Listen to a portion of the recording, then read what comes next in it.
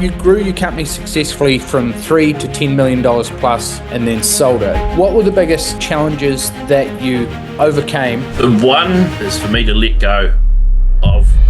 The second thing was building a solid culture. What limiting beliefs did you struggle with or put aside? Having the ability to trust your team. And how did you do that? Let them have a few mistakes. What were your pricing lessons that you learned? Big thing is... Do you have an offer? Yeah, so two things.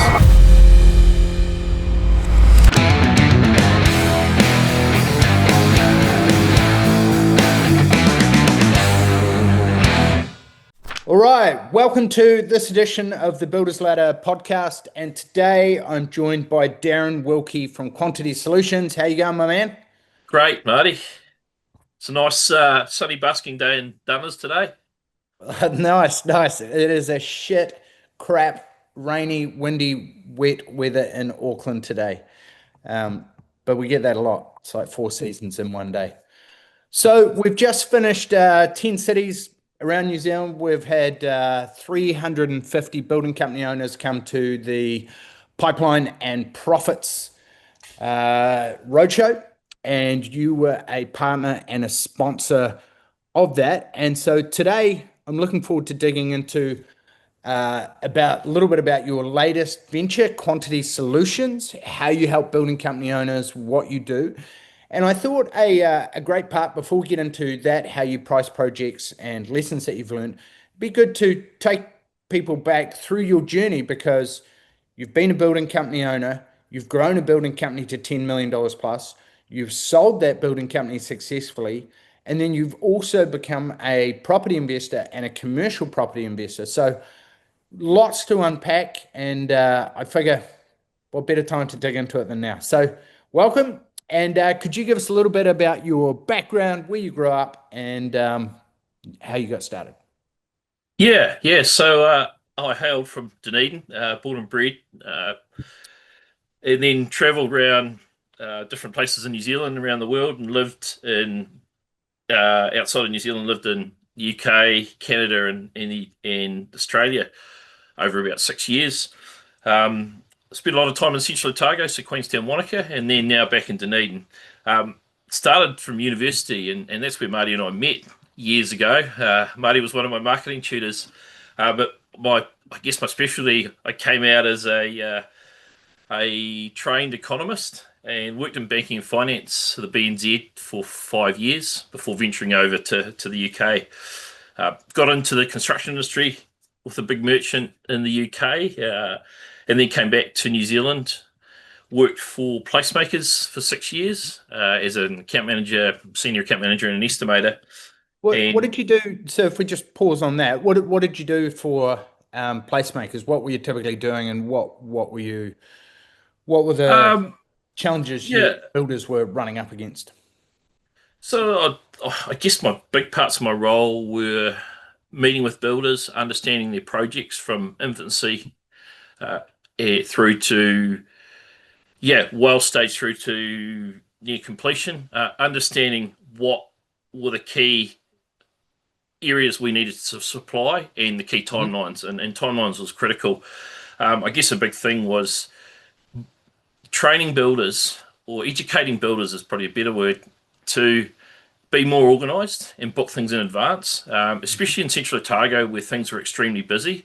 Our frame and truss at different points were out to 12 weeks, booking in roofs, making sure they were well organised so that their build ran like clockwork, and working with their clients to get colours and profiles and all those things sorted well in advance.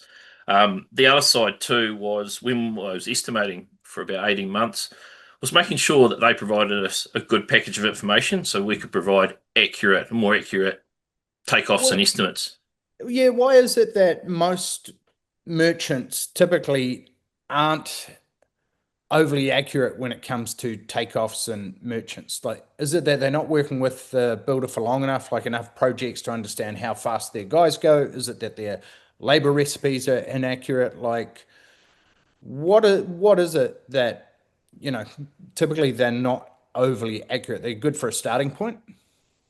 Yeah, I think part of it is a lot of the merchants send their information offshore, or they send Mhm. it to big processing teams in New Zealand, and it's kind of a quick turnaround time, value for money, and they're not like the builders aren't paying for it, and the merchants might spend $500 to $1,000 per house to do the takeoff. So it's pretty rudimentary, I guess. It gives you a good guideline, but it's something that I learned early on when we had landmark homes not to use. Tried and tested was to do our own estimates on Mm. on all the Yep. key parts. And the other thing is, yeah, I mean they're not paying for a full estimated quantity surveying service, so the Yes. builders are getting it for free essentially. So. Yep. Gotcha. So what happened after that? So you left Placemakers. And what was the next Yeah, then Landmark Homes came to Queenstown looking for new franchisees. Mhm. And I thought, I'd been looking around for a few years for a business opportunity. I got close to buying a Mitre 10. Anyway, the Landmark Homes team arrived. Good timing. Mhm. I approached them, along with them approaching a number of other builders and worked through the process and thought, yep, this is a good opportunity. 2012 was still a bit slow in the construction industry because we'd come out of 08, 09 from the GFC. What But why did you decide to go with a franchise or an existing business versus starting a building company yourself? like the franchise, there was a number of reasons. One was systems. Hmm. Two was tried and tested plans and good sales processes. And three, a support network from other franchisees and in the national office. Bro, it's Yeah, so critical. Like all a business is a collection of systems. Sales and marketing system to get your pipeline full, numbers and pricing system to make sure you price to a target margin, you've got great cash flow and great profit, and then systems on site and then systems in the office so that the admin gets done, the team get paid, and you build a high performing, culture of accountability and ownership. yeah. So that look, um, you tried and test like they provide your fundamental systems. And then we actually worked with the professional builders from our third year in business and Mhm. made enhanced our systems and made them more robust and better suited for our area where we were building in. And that Awesome. was right So across the business. yeah, so if you had a franchise and you had systems and processes from them, what additional support or systems or coaching or help were you looking for from TPB, from the professional builder? One was around team and building a strong team culture. So that's something you don't get from a franchise, I guess, package. The on-site systems were more Mhm. robust from professional builders, and I guess that the margin was a big thing. And Yeah. and back costing regularly on our jobs to make Yeah, sure. like it in real time, right? Like that's got to be one of the biggest lessons for all builders. But what is the reason why a lot of builders don't do it in real time and they wait till the end of the project and you know wonder I if they've think made money? we all know tradies are very time poor, and you're juggling a lot of hats. Trying to find that time, it's going, okay, what's more important in the business this week? And I think people underestimate the value of back costing and the importance of back costing in time while you're doing projects and at the end of a project as well. And another big thing, I guess, working with the professional builders was helping to build a good team around me and learning to delegate more and having systems around the delegation and build in the other and a good thing too. Did a lot with Marty and another guy, Sam Hazeldean, was around the culture Mhm. of our team. And I think that that's one of the most impressive things that I've seen from you is that you made that transition from builder to business owner and really embraced the business owner's mindset of building the team, putting the systems in place, and getting up out of the day to day so you could work on the business rather than being in it all hours. How did you get into that mindset and what did you have to stop doing, or what limiting beliefs did you struggle with or put aside? Yeah, I think a big thing is having the ability to trust your team. Hmm. It's important to give them, a good tight scope or KPIs for their roles and trust them they're going to do the work and let them have a few mistakes, as long as they're not massive, and be there to support them and guide them and coach them to better people and better team for the business. Yeah. And For as me we say, too, trust and yes, verify. So yes, have KPIs, have a scorecard, shorten the feedback loop so that you're in contact every week and you can give them coaching on what they need to do differently and provide that culture of PSR. Problem, define it well. Solutions, what are three potential solutions to this problem? And then one, what is your recommendation so that you're encouraging accountability, ownership, and leaders within your team? absolutely, yeah, yeah. And the other big thing is, um, part of it's building a sales culture throughout the business, not just our sales consultants, but everybody has a part to play having good client service, and looking for opportunities in the market. And when we did BNI, when we went to chamber events, when we went to other events, every opportunity is a sales opportunity. So, and Absolutely. it's selling, not just selling what we do, but selling our brand and providing solutions for people. Absolutely. So, what were the biggest? You grew your company successfully from $3 to $10 million plus, and then sold it. What were the biggest? Your top three challenges that you overcame, had to overcome, and how did you do it on that journey? The one for me, and we've talked a bit about it, is for me to let go of a chunk of the day-to-day stuff and be able to delegate better, and then, yeah, and take a clearer picture overview of the business, being on working on the business rather than within the business. Mhm. The second thing was building a solid culture with the team and building that, I guess, that longevity with the team, in a long that they stick with us for a long time. And Um, how did you do that? Was it getting clear on their personal goals, their career plans, so that you have to have a bit vision big enough so that your team can accomplish their goals and their vision within your business? How did you go about doing that, and how did you incentivize them, reward them? Did you have 30-day reviews? Did you have 90-day reviews? Did you have bonus plans, incentives? Like how did it work in practical terms?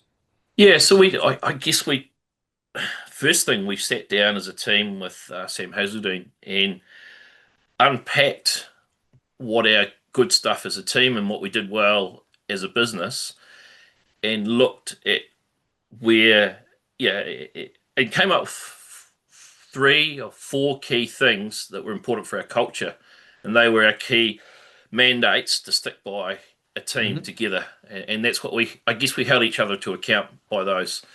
And the other thing we introduced, instead of doing 6 monthly reviews, we'd do 90-day catch ups with the team, Excellent. and structured catch ups. So you've got the KPIs, but you also understand what their personal goals are, whether they want to buy a house or whether they're investing in other things, and how you can make that happen.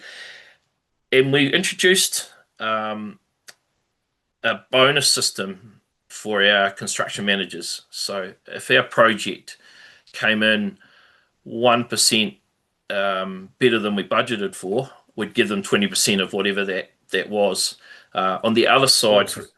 for our sales consultants, because they were all commission based, but we introduced a salary retainer, in advance to Hmm. help retain them, because, as you can appreciate, Queenstown, Wanaka are quite expensive areas to live. So Yep. we pay a salary, and they'd reimburse us that part of that with every bill or house they sold. So 1% better and 20% of the savings. Tell me a little bit about that. How'd that work on, say, a $2 million project? Yeah, so for a $2 million project, if we went in with a budgeted margin of, say, $300,000, Hmm. um, and the project ran more efficiently, Materials will run efficiently because we'd always build in contingencies. Hmm. If we came out with say 330 or $340,000, Yep. they would end up with say three to $5,000 worth of that extra money. Gotcha. Gotcha. Awesome. Yeah, and look, each project depend. Yeah, I mean And we who would you give that to? How would you spread that? So would that be the project manager, the foreman, the team working on site? generally that was for the construction manager, and they were like our project managers, so they were often running 6 to 8 projects each, and they would get that. If yeah, and we'd always, if things were going well, we'd throw a few couple of morning teas or lunches at the team on site. Mhm. We had contract builders for all our work. So that's interesting, isn't it? Because there's a lot of upside. Like you protect your margin, you get a guaranteed price. It's their problem if it goes over. It can be harder to build a team and culture and ownership and accountability and esprit de corps with that. How did you go about managing that? You in terms of incentive or having incentives for some of the team and not all of them, is that? Yeah. Yep. Hmm. I guess like our sales, we had a pretty lean and mean team, so our sales team were already being incentivized with the commissions they were receiving.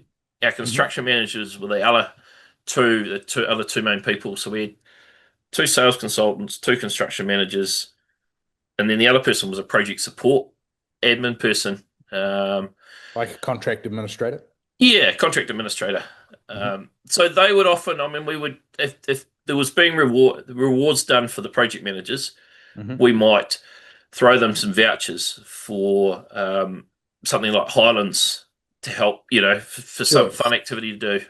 So if they get within 5% of labor hours, or what are you rewarding them on? That one was a bit loose with our project support team. Yeah. Right. Okay. Fast and loose. Hey, Yeah. hey.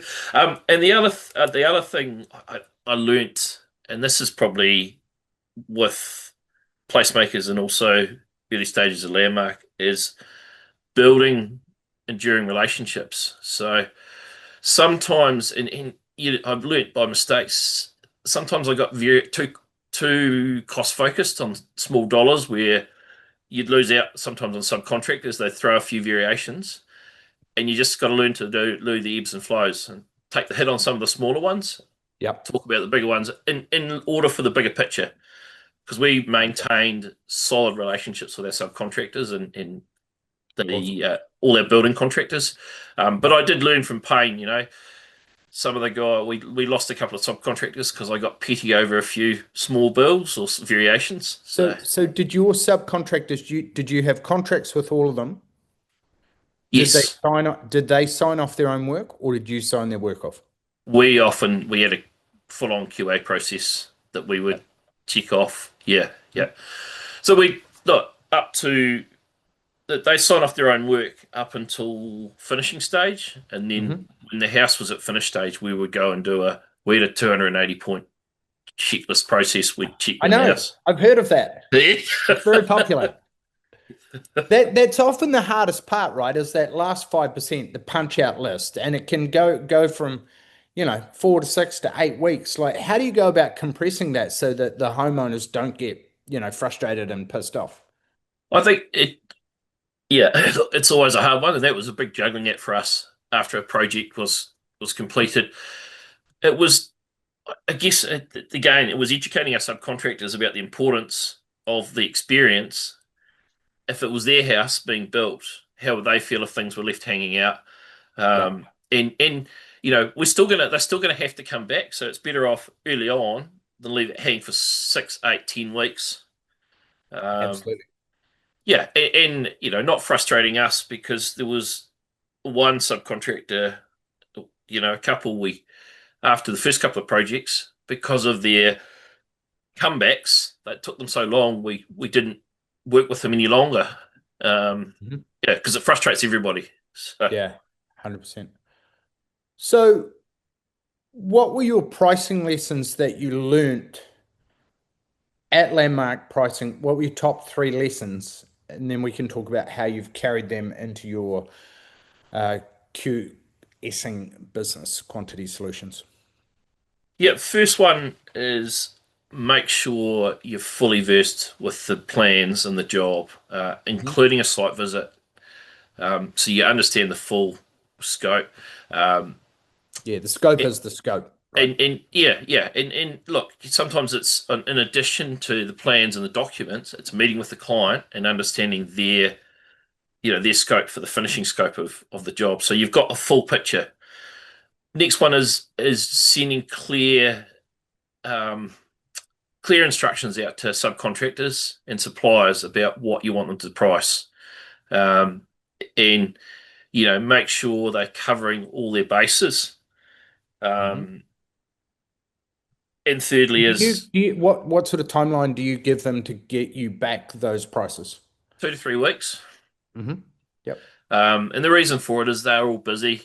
We know the merchants, on a standard house will take 2.5 weeks.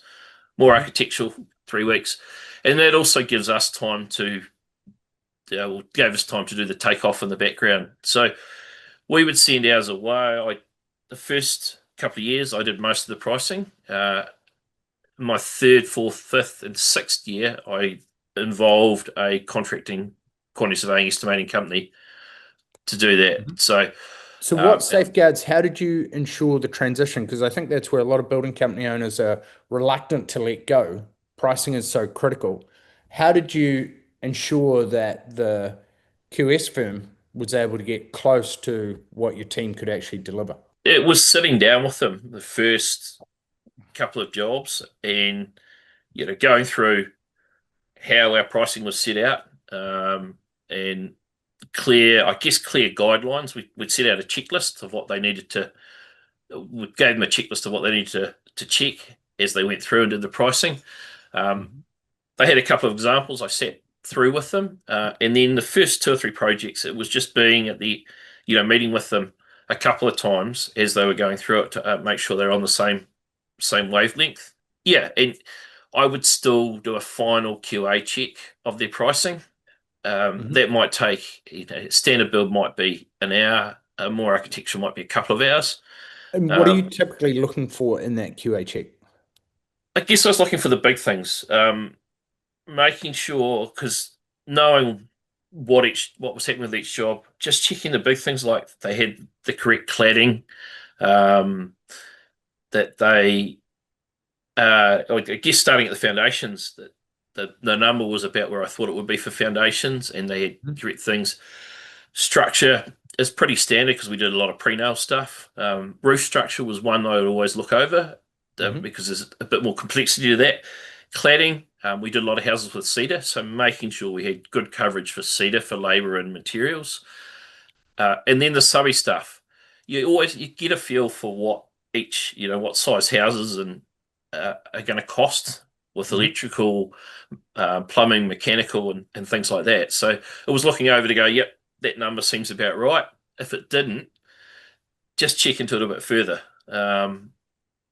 Is that and where is it out? And then the P&G, always making sure that we had good coverage of P&G for project management, all the sundry stuff like toilets, the site setup stuff and the site operational stuff. And we had time for foreman and things like that. Uh, yeah, so that I guess they did a thorough estimate, and then we did a QA check to make sure everything was good to go. Nice. And what are you putting in for a project management fee typically on a house? Uh, oh, probably a standard house. If you looked at like Stonewood GJ Gardner, you're probably 6 or 7 thousand per house.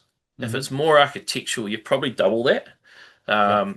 Yep, you're probably looking 12, $15,000. Hmm. Yeah, the company I've recently finished with, W Hamilton, we could be up to 15,000, sometimes 18, 20,000, depending on how complex the Yeah. architectural. Yeah, we have members ranging anywhere from 1.5 to 6% um, for a project management fee, and I think it depends on the complexity of the build, how much you're involved behind the scenes, the level of project management, whether you're dealing with an architect's project manager as well. Sweet. So tell us a little bit about your business. And why did you, well, actually, before we get into Quanti Solutions, how did you go about selling the business? Landmark Homes. Yeah, so did you Yeah. always go into it with the mind, I want to set this up for sale, or did it come about that there was a opportunity to sell it, or walk So us through that? Landmark was probably set up early on as a business to be able to sell down the track. Our first conference, we had a lady that the business coach that talked about setting your business up to sell in the next 5, 10 years time. So I reverse engineered that and went, okay, I want to, in order for us to sell it, we need to have this much turnover in years 6 or 7. We need to have this much profitability in order, and for that, we need to have been doing this many houses. So I reverse engineered it, and I set up milestones every year to achieve that. Perfect. And Yep. it was Is it around, the key things: teams, systems, show homes, yeah, and a few other metrics in there. Yeah, and look, we were slightly ahead of schedule. We're probably about half a year ahead of schedule. We'd done some work with our accountant, and then we were approached by one of our clients who was looking to come back offshore. And we started the talks and we got to a number that we were both comfortable with. So, awesome? I think that the most important thing that you've said there is start with the end in mind. Figure out what does success look like for you? What does your business maturity date look like?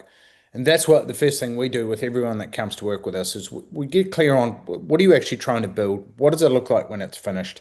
And then what are the milestones that we need to tick off on the way to get there? Number of leads, conversion rate, average dollar sale, time, role that you play. And I think that then gives you motivation as you tick off each of those milestones. You're like, yes, I am making progress. The destination is getting closer on the journey. So then you sold your business and you started getting into property. And that's one of the things that I admire about you is that you go to work building your assets and your asset base. So just want to a lot of members want to, and a lot of building company owners out there are doing house and land packages. They're getting into real estate. Tell us a little bit about your journey and what some of the lessons are that you've learned. yeah, so I got into residential real estate probably about 25 years ago. Um, Bought my Mhm. first home in Wanaka, never lived in it. It was 175,000. Uh, Mhm. and then sold it 4 years later for about double. And but so that was kind of the first journey. And then bought land in different places in Wanaka and Queenstown and did a few speckies. And in between, I had a house and an investment property in Taupo, sold that, and yeah, I guess, as we advanced and grew a bit more equity, it gave us some equity when we got the opportunity for Landmark Homes, but it also gave us the equity to buy into our first home or our own home. So yeah, you kind of just build runs on the board. I did a project, and this is a lesson learned. Did a project with two other mates in Wanaka. Bought the sections just before the GFC. It was to build two houses side by side. GFC Mhm. came. Um, the market just went plop. Uh, we embarked on the project, and I worked with a lot of local trades in Wanaka and project managed it. Uh, You almost wonder at that stage, would you have been better if you'd had builders terms to just sit on the land? yeah, yeah. Well, that yeah. Yeah. We didn't have that luxury. I guess we embarked on building them because we had better ability to sell.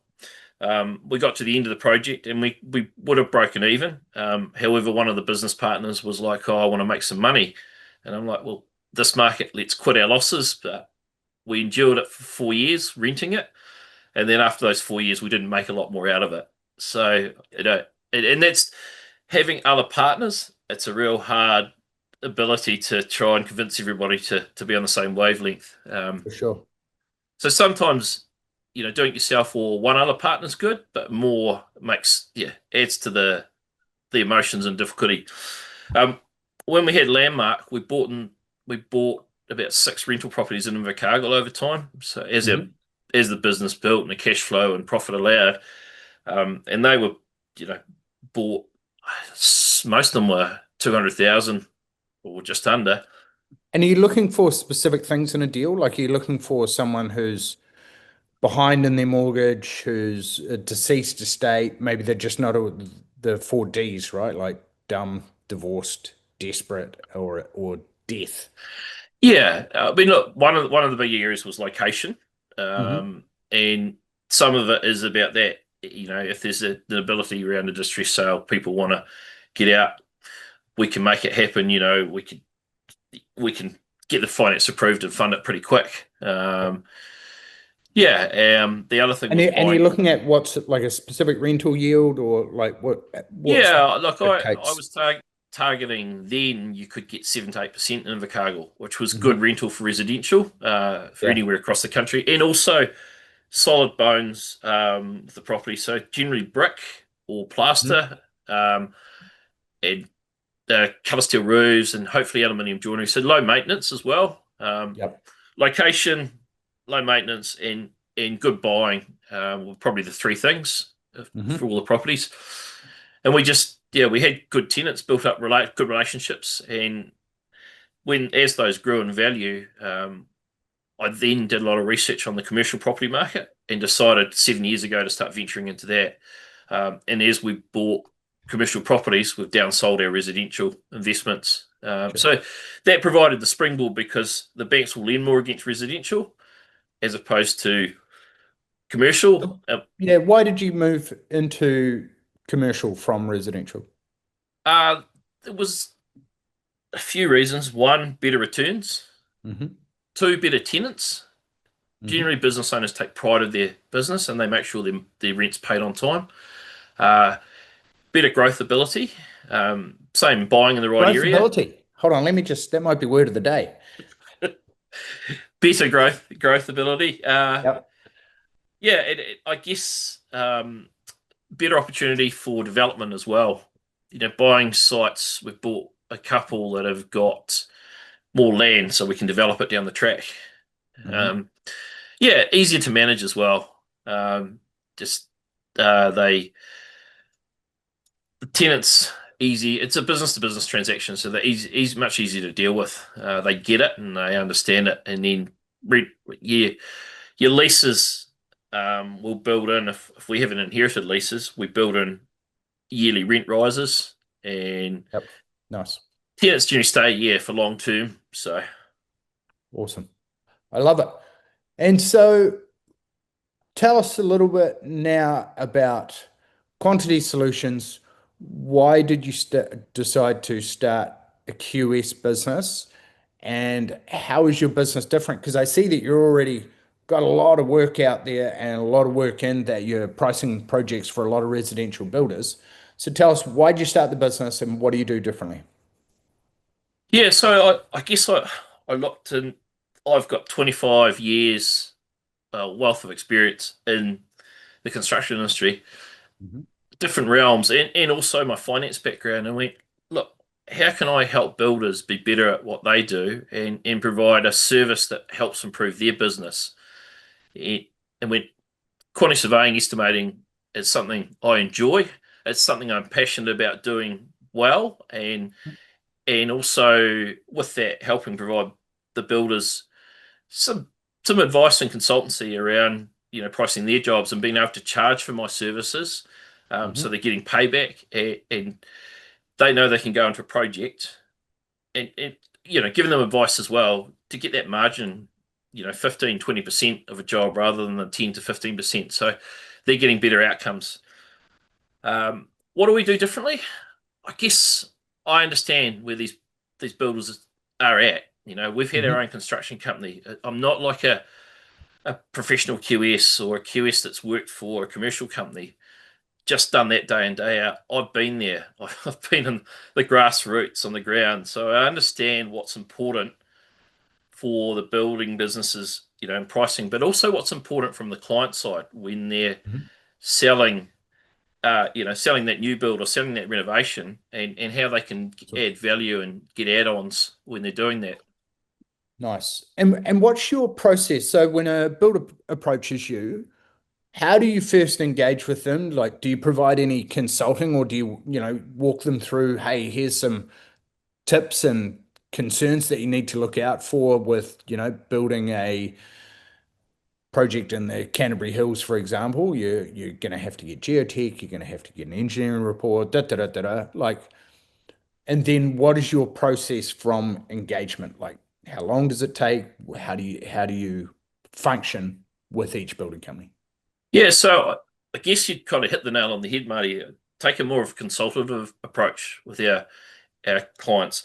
Some of our clients I've been dealing with for a while with different, yeah, in different businesses. Others are new clients. And um, a couple of examples recently is they've sent me tender packs they've sent out or client quote packs, and they've asked me to review them. So I've been able to review them and go, oh, yeah, here's some tips or here's some advice on where you can improve them. Hmm. Um, and in behind reviewing their pricing breakdown and going, okay, yeah, there's tags you might need to tidy up here and making sure whatever you're saying or whatever you're committing to, you've actually priced that correctly.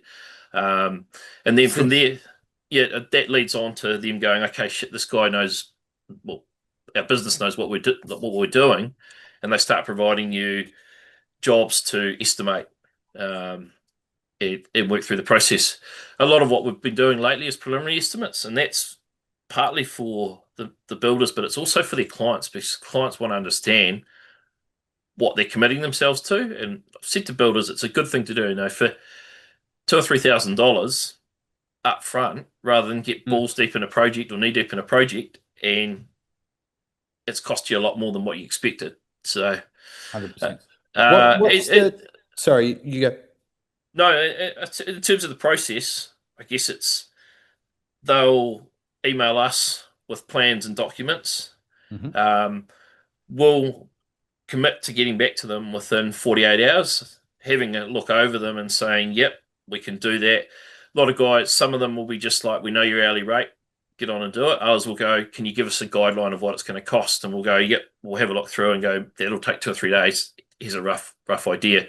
Hmm. And we might go back at that time too, go, well, there's a little bit of information we need, or we need a little bit more on the scope. Hmm. Um, yeah, and then from there, it'll go on I guess a pipeline funnel, and we'll work through the work.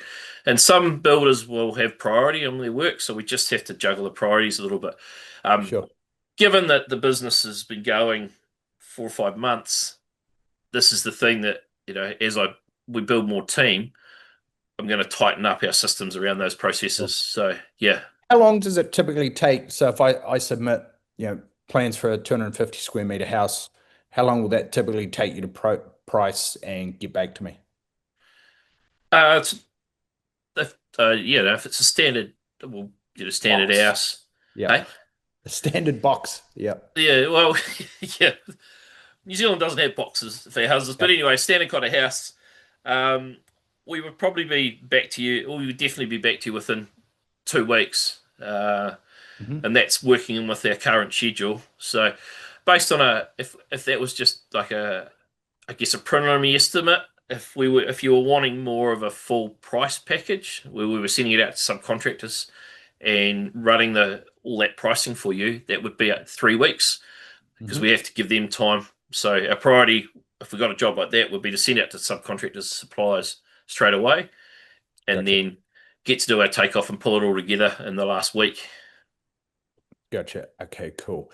And do you have, if I could twist your arm, do you have an offer for anyone who's listening to this or watching this? What can you do for them? Do you have a tip or a checklist or a special offer so that they can dip their toes in the water and try you guys out? Yeah, so we'll do two things. One, uh, I'll provide a top 10 checklist for pricing. Um, Awesome. I'll turn that around in the next, yeah, by the end of the week. And the other thing, if somebody has a new build or a renovation they're working on at the moment, they want us to do pricing or estimate. If you lock that in before the 12th of October, we'll do a 20% off for you off our Awesome. price. So yeah, we'll Awesome. take 20% off our overall price or our hourly rate for you. All right. So, offer number one, Darren's top 12 tips to pricing projects profitably. The more alliteration we can get in there, the better. So it prevents piss poor performance and pricing. Number two, 20% off if you get in before October the what? 12th. 12th. Perfect. Awesome. All right, my man. If you can send those through to me, I'll drop those in the show notes. We'll make those available to everyone. And lastly, if people want to get hold of you or they want to check out your services, your offerings, what are the best ways for them to do that? So first best way is our website. It's at Hmm. quantitysolutions.co.nz. Uh, Yep. and then you can email or get hold of myself. Emails Darryn, Darryn, at qsc.nz, and Yep. phone number 027 703 4312. But best place to go is website, and that has all our contact details in it, and it has great information. It's been updated in the last month, so it's got all the key information and what we do and how we can help you, and some good Awesome. tips and videos. Awesome. Value comes a lot from education and then applying those tips and knowledge so you don't have to learn through trial and error. You can learn through other people's lessons and, accelerate your results. Awesome. All right. Thank you very much. But an absolute pleasure, Darryn. Always is. And thanks for your time today. Thanks, Marty, and appreciate it. All right. Appreciate it. Have an All awesome right. afternoon. Thanks, Cheers, mate. brother. See ya.